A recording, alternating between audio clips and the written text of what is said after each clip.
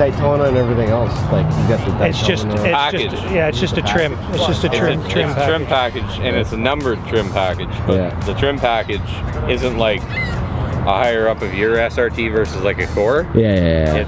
It's a really nice trim package. I saw one exactly the same as this for sale at a dealership in the States. Yeah, I tagged Molly in that one. I remember that. Yeah, they wanted like 111 US. Yeah. US. Yes, yeah. Right, for the exact same car, right? Yeah. You know. Oh my gosh. Cool. You gonna mod this thing down the road, or? Maybe if I do, but through Dodge. Yeah. Well, because it's a numbers car. Yeah.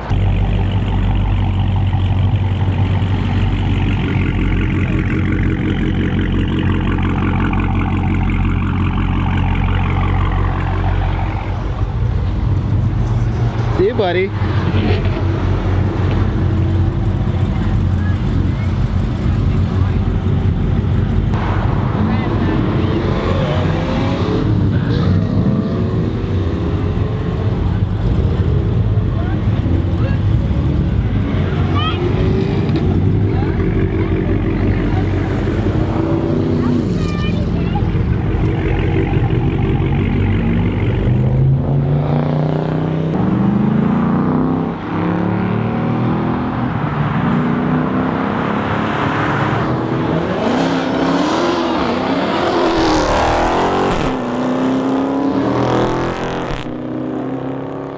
The clean motor, if I ever saw one.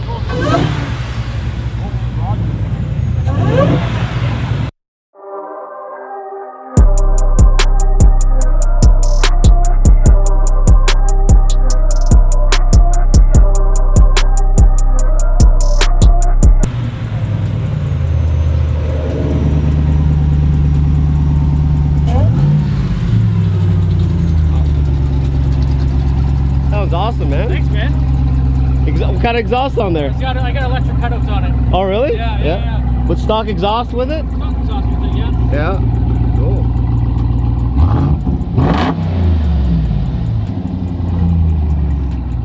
Have you taken it to the track? Have you seen my plate? What's that? License plate, I'll let you know. Oh, okay. Oh yeah. What do you do in a quarter? 12.1. That's not bad. 12.1 with these tires on it. Yeah. How much does this thing weigh? It's about 7,000 pounds. Yeah, that's pretty good for that. Yeah, I get it. It's out there hurting Mustang owners' feelings all day. It's your boy. Right? My man.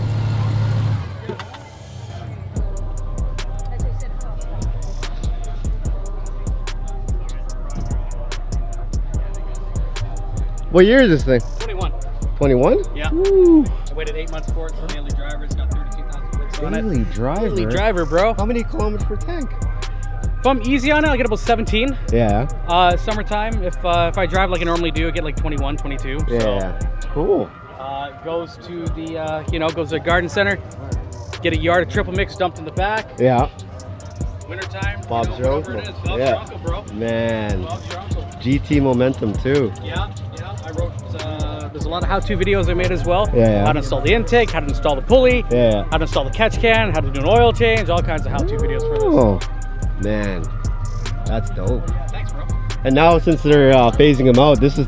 Yeah, I'm waiting to see if they're gonna do anything. Ford would have been smart if they made a faster Raptor R. Yeah. 700 horsepower, that's stupid. If they did like 720, well, the Raptors now are yeah. Ram would have came with the red ITX, but not anymore. It's very unlikely. Yeah. And I was waiting for that because I'll get, Yeah. Damn, man. Awesome. Check my YouTube channel as well, bro. Awesome. Please. Thanks, bro. Good meeting you, man. Yeah, me too.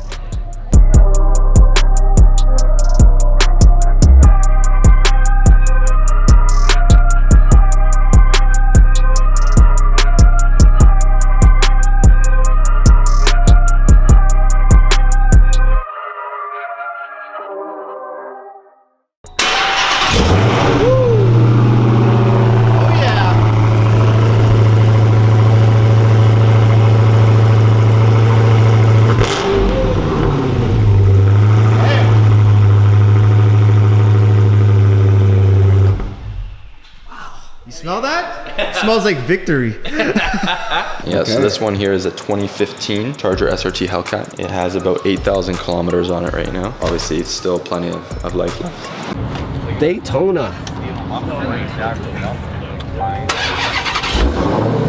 Oh man, that's so good.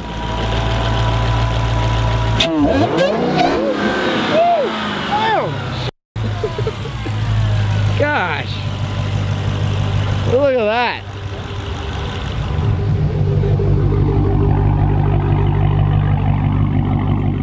You got any exhaust on this thing? Just the muffler. Just the muffler, lead? Oh, man. Woo. Damn. Ow.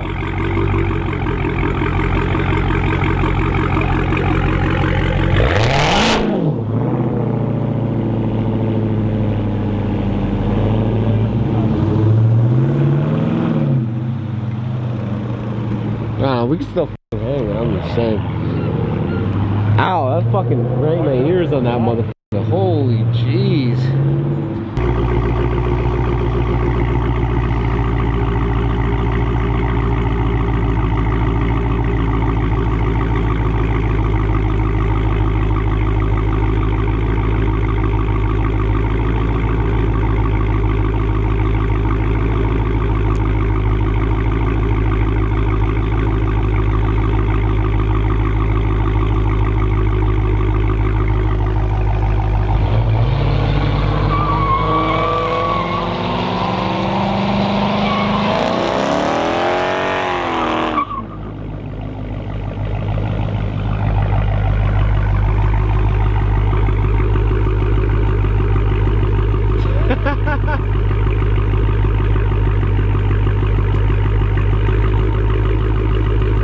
Crossovers, bro? You do sushi, man?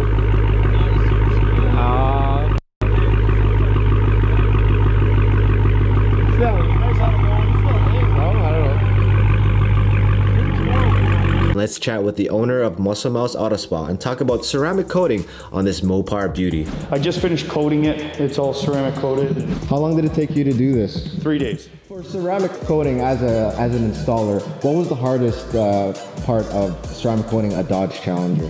This is actually not too hard to do. Everything is like a flat panel surface. Some of the vehicles will have like, you know, little grooves and stuff like that. This was pretty straightforward. I would say probably the hardest is probably the roof. I mean, if you really got to look at it, the roof, you got to kind of stand up and you would pass the microfiber back to your partner and back and forth and coming around in here and coming around so you don't hit the glass. That's probably the most difficult area. This was pretty straightforward, flat surface. Some of the cars are a little bit more tedious to work on. But this is just a straightforward coating. And it was good to work on it. Can you walk us through the process and why they should come to a shop like yours, pretty much? Okay, let me get it. So the first thing we do is we wash the soap with a special type of soap to take out any, there's a beautiful interior. Oh man.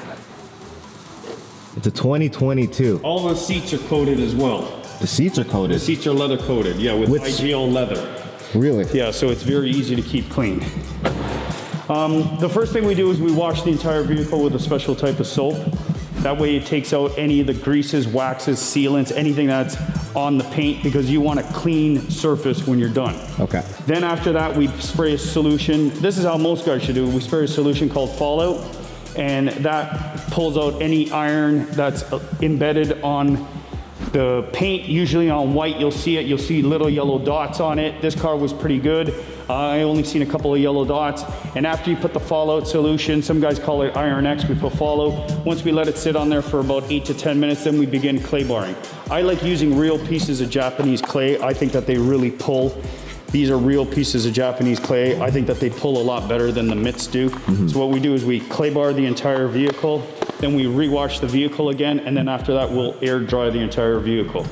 After we air dried it, what we will do is we will put tape anywhere that needs to be paint corrected, and we will start and we will paint correct the entire vehicle. We'll take out all the scratches, all the swirl marks, anything that's not what we think is good, and we will clean the entire vehicle. After we're done that, we'll put tape in any area that needs to be taped, because it sucks when you're using a polisher and you start hitting plastic like this, then you start getting little white residue, and now you got to take it off. Now you're spending more time trying to take off a problem that if you just taped it up for a half an hour, you'd save yourself an hour of trying to get little things off. Because that polisher eventually, you know, no matter how good you are with it, you will hit here and there. So what we did was we taped up any areas that needed to be taped, and then we'll start doing the paint corrections. So we started from the front, we worked our way all the way back, we did the roof, we got all the way back to underneath here. Once we were done there, we backed it up into the wash bay. We re-washed the entire vehicle again. We air dried it. We didn't use any towels on it because even the towels may scratch it. I don't want to do that. We air dried the entire vehicle, especially the emblems. There's always like water coming out, you know, out of here.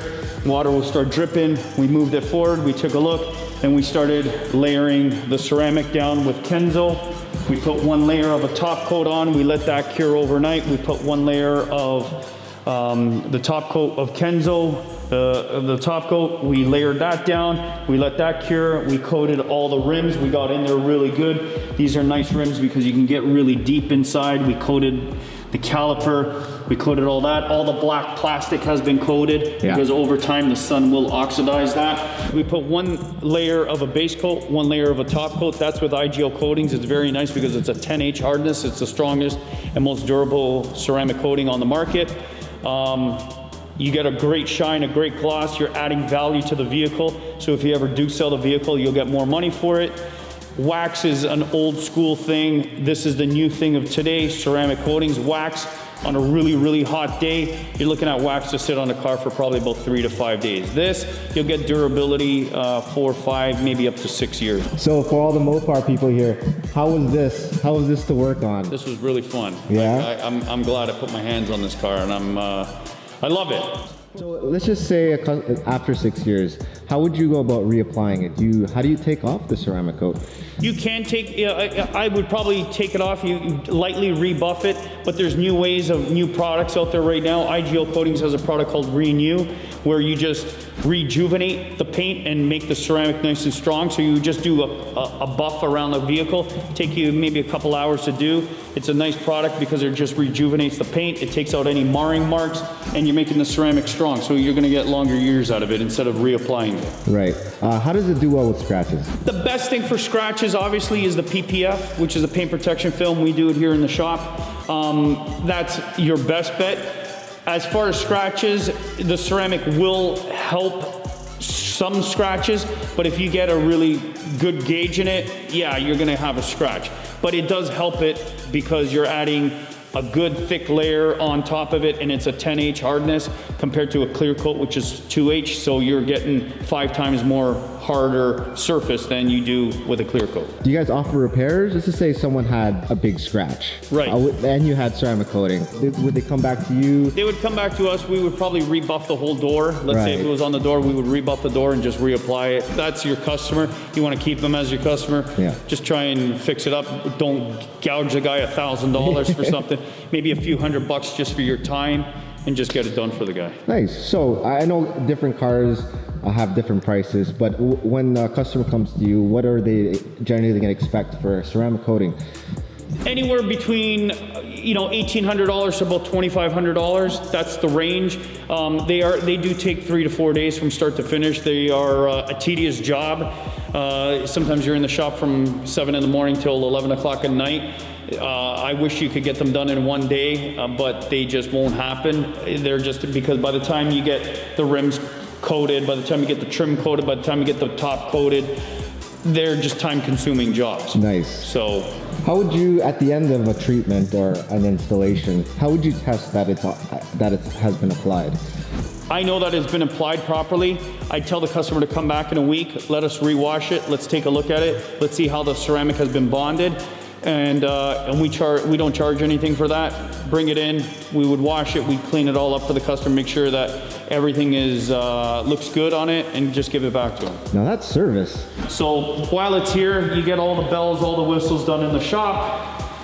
You give a customer a car, really nice. All the leather was coated inside, and you got a happy customer, and then your referrals start coming in. Nice. We've been open since March 2019, and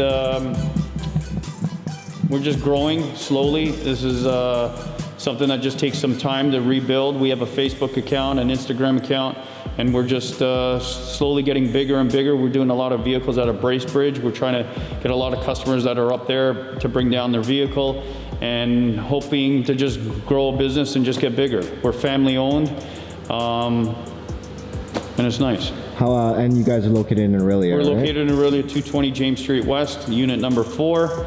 We are open 7 days a week from 8 a.m. to 6 p.m. Nice. Nice meeting you, man.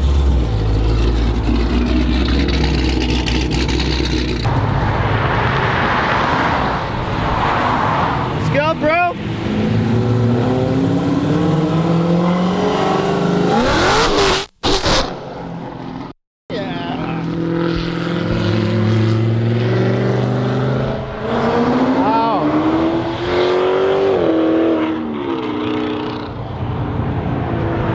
I can't hear you.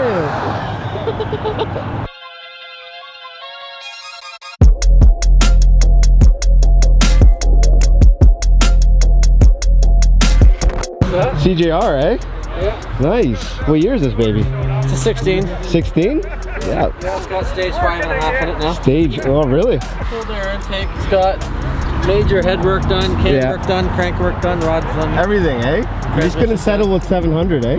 No, it's putting down over 1,000 real horsepower. 1,000? Yeah. Oh. What the? 2 catch cans. Not even 1, 2 catch cans. Amazing. It's got racing rotors on it. They save 13 pounds a side, 13 pounds a rotor. How wide's the back? It's 305. 305s? Oh, that's some good meat on there though, eh? Drag wheels. I would say this is the fastest thing here. I ran a 9.4 with it last year. 9.4? My man. No, it's only been to the track once. Oh yeah. Yeah, after they put the cam and everything in, I picked it up down there, so I wanted to see what it would do. Yeah. Custom 2.5-inch headers, they're huge. Yeah. These pipes like that big. Yeah. To 3.5 back and then 3 at the back. Amazing. There's not much more you can do. What are you gonna do next, actually? You don't know? No, I don't drive them. Yeah. I can factory, but none of it's factory. You mind if I hear it? Yeah, I can fire it up. Yeah.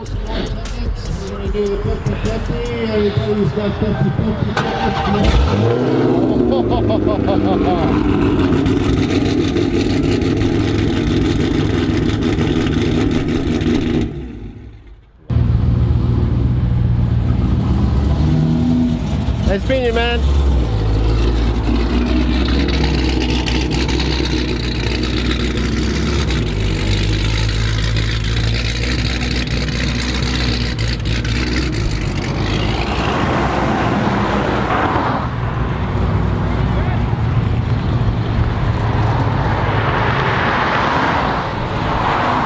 Let's go, bro.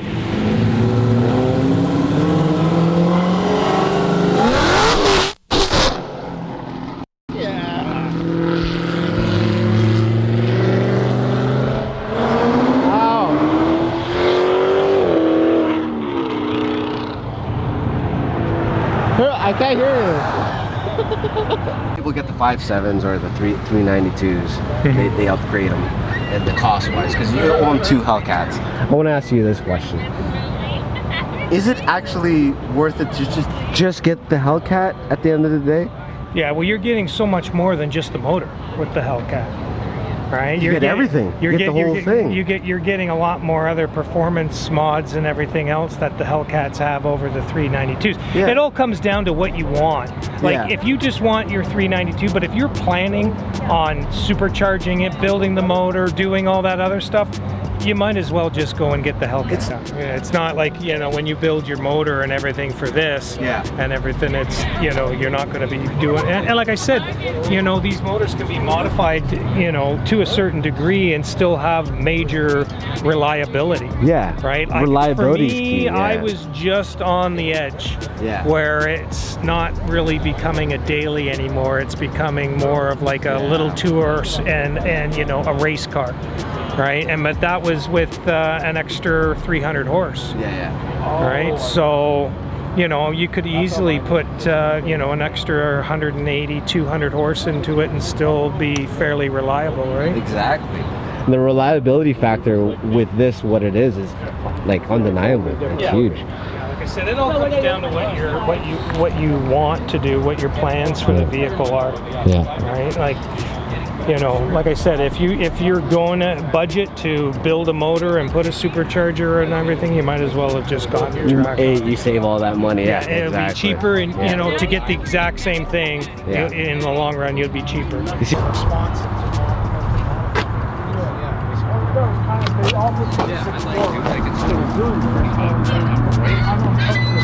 Hold on, what did you say? Just get the Hellcat, it's cheaper, bro. Like, seriously. Yeah, but I wanted to modify this in the end. No, see, then that's what you said. It depends on what you want to do. It's about the journey. Yeah.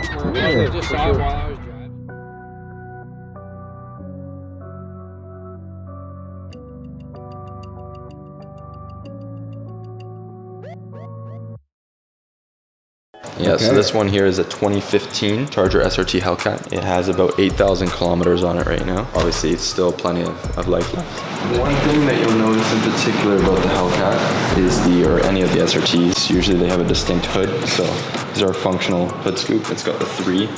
Some of the other Chargers are only available with just the middle one. So that is distinct on the SRT in particular. Air is actually able to go in through those grills there. It's not just for show.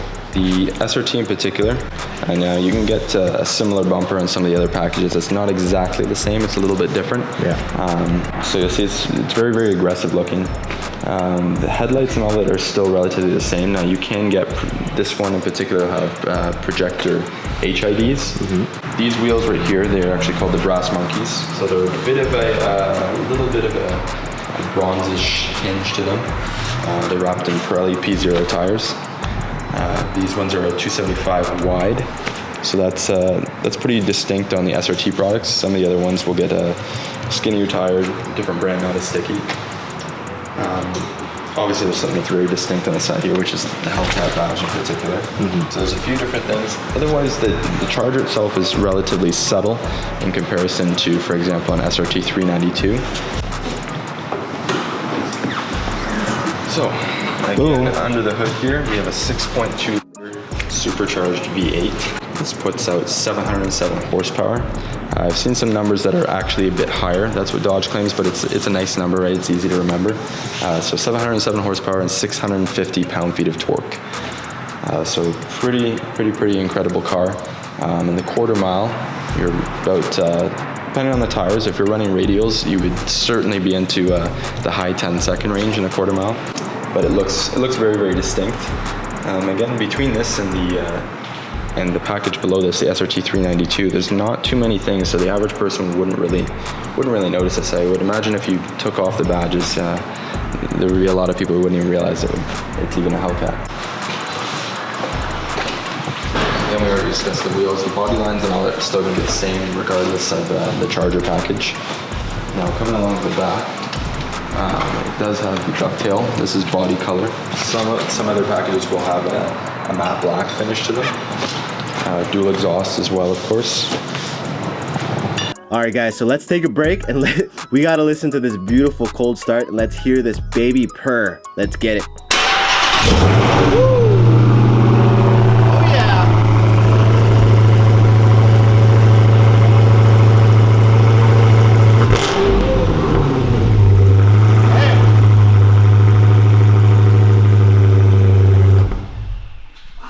Smell that? It smells like victory.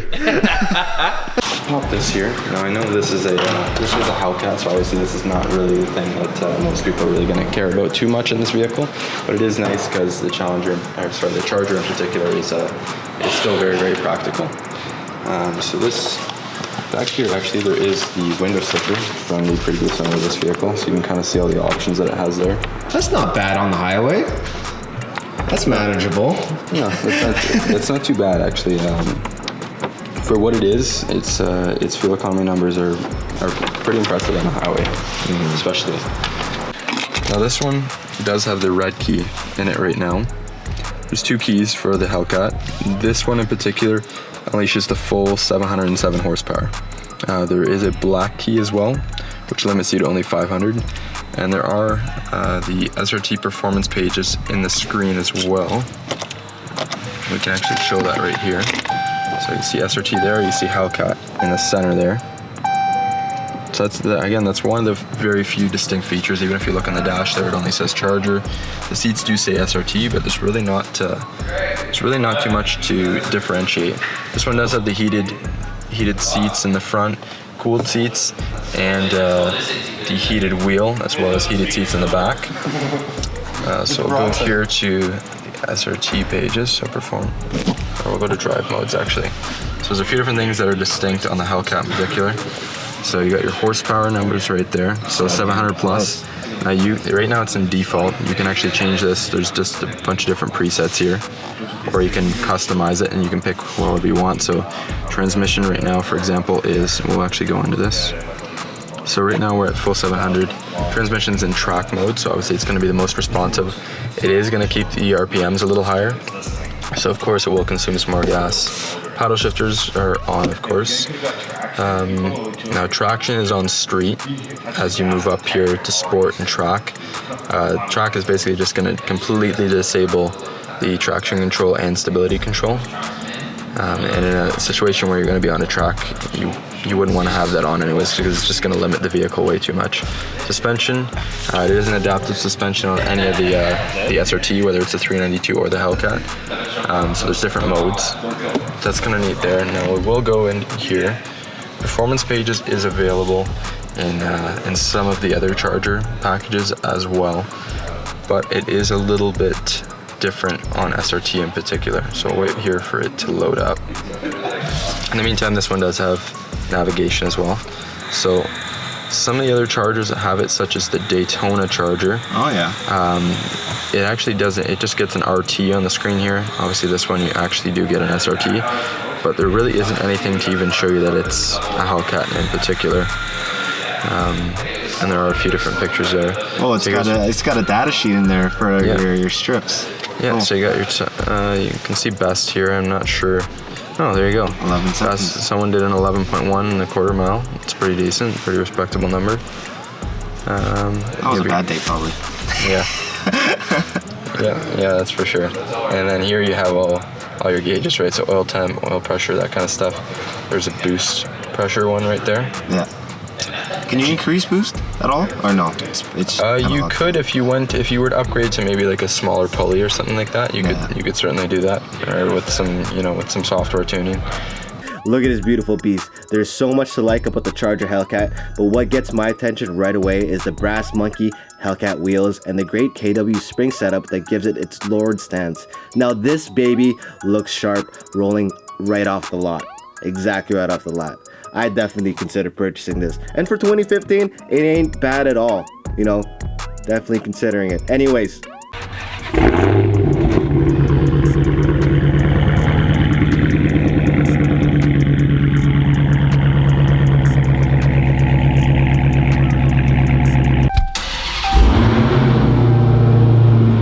Sounds amazing, eh?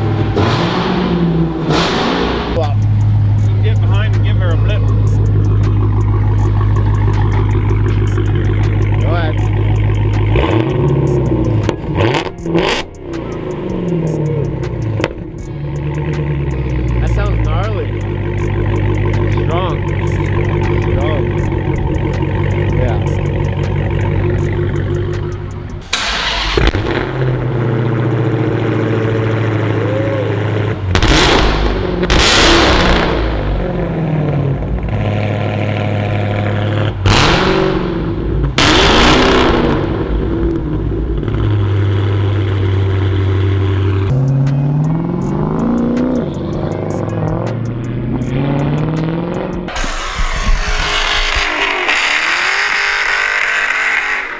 He let this thing, he took the resignators off this thing, so when you hear this thing, it's pretty loud. Yeah, yeah. It's pretty loud. This is my daily driver. It's time to trade it in now. Yeah, that's it. Woo! It's a bit dirty. That's fine. But you drive it. Oh, so you changed this guy, eh? Yeah, I put the JLT cold air intake on it. Is that from your old one? No. No? No, that's from this. You just... I had the B Woody on my old one. Hey, what's wrong with B Woody? I heard they were pretty good. They're good for cold weather, right? But the thing is it's all aluminum tubing. Yeah, so it just you end up the heat from the engine. Yeah. It just soaks. The tubing. The tubing, right? The aluminum tubing, it gets so hot you can't even touch it. But this is plastic. There you go. Yeah. Right? So it doesn't take in the heat as much as, and it also has the fiberglass box to help block out a bit of heat. So you're not getting quite as much heat coming in through the filter as you are with the open ones. So you love this compared to like even the stock one. Well, compared to, like I said, compared to the stock, because it's got a bigger tube, so it allows more air, better filter. So yeah, over the stock. With the stock one, the only thing that's nice is it's a totally enclosed sealed. Right. Where this isn't totally enclosed sealed, right? But it's as close as you can get without being. Can we hear this baby purr? Just for a second? I know it's expensive nowadays. Yeah, exactly. Oh, nice. I guess because the hood. Oh, the hood, right. Daytona. Oh man, that's so good.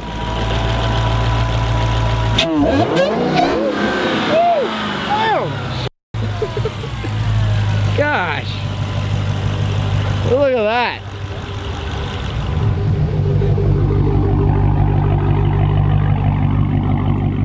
You got any exhaust on this thing? Just the muffler. Just the muffler, Lee? Oh, man. Huge. that is amazing. That is awesome. That wine though, that is priceless. The wine. Yeah. You can get the supercharged wine on it. Oh man.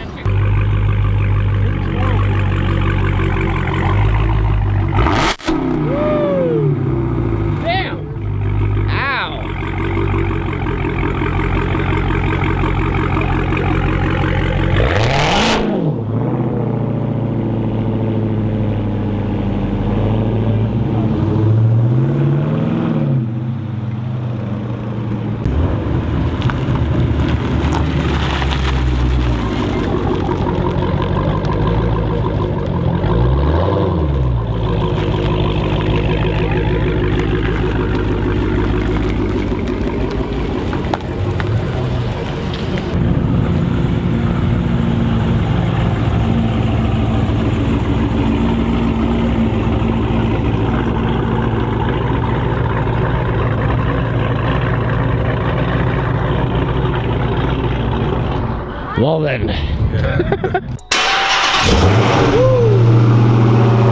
yeah.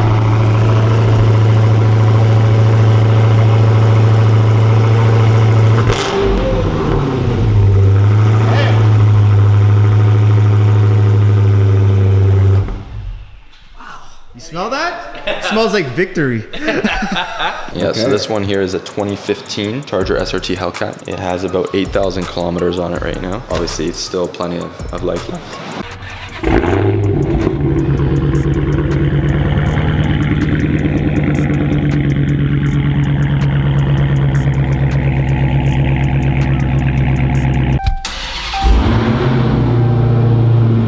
Sounds amazing, eh? Wow. Get behind and give her a blip. Go ahead.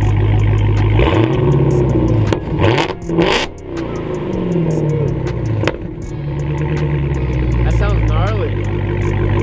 Strong. Yeah.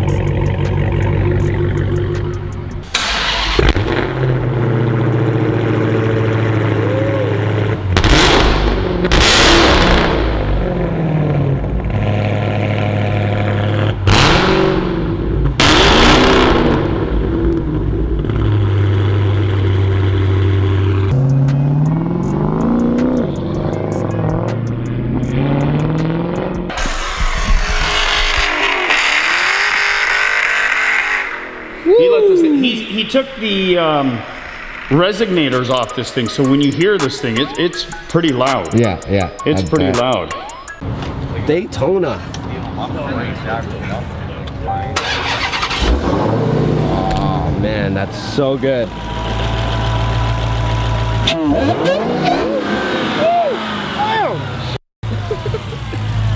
Gosh, look at that.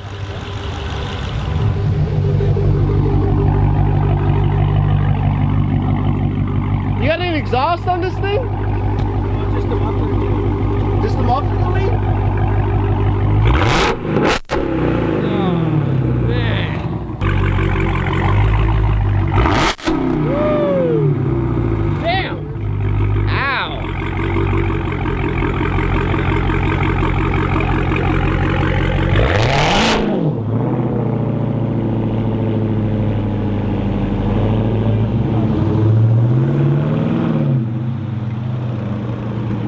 We can still hang it, I'm just saying. Ow, that fucking rang my ears on that motherfucker. Holy jeez.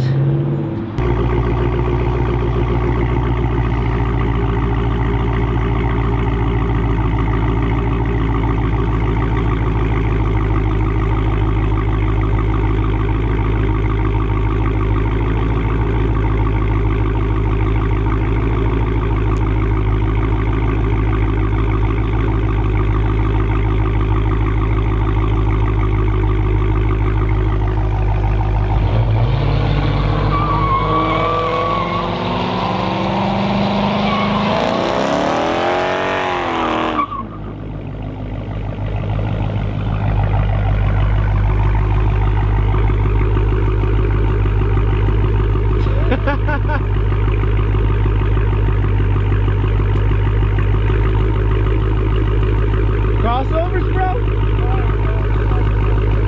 You do sushi, man?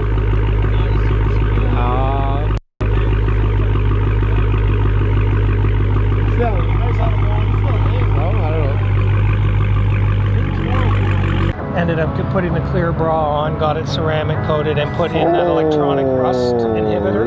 Yeah. So, you know, like right there. I guess that's what we got to do then, eh? There's like five grand extra on the vehicle, right? You know, clear bra and ceramic.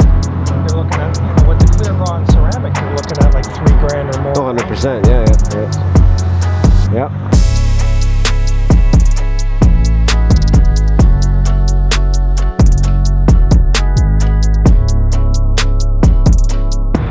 No, like yours looks freaking mint. Like there's zero, nothing. Well, there's little chips and everything if you really. Not like this guy. Look at this guy. There's chips everywhere, brah. That's in your grab. Oh my gosh. It's also up north. Yes, that is also up north, and it's also me as a driver.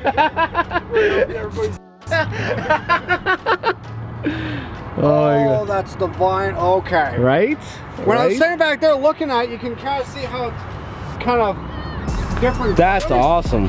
Oh, So yeah. I thought it was a defect in the paint or something, right? Because if you look at it from here, it kind of looks like uneven laid paint. That might be also. Cool. You gonna mod this thing down the road, or? Maybe if I do, but through Dodge. Yeah. Well, because it's a numbers car. Yeah. Yeah. Your warranty's void as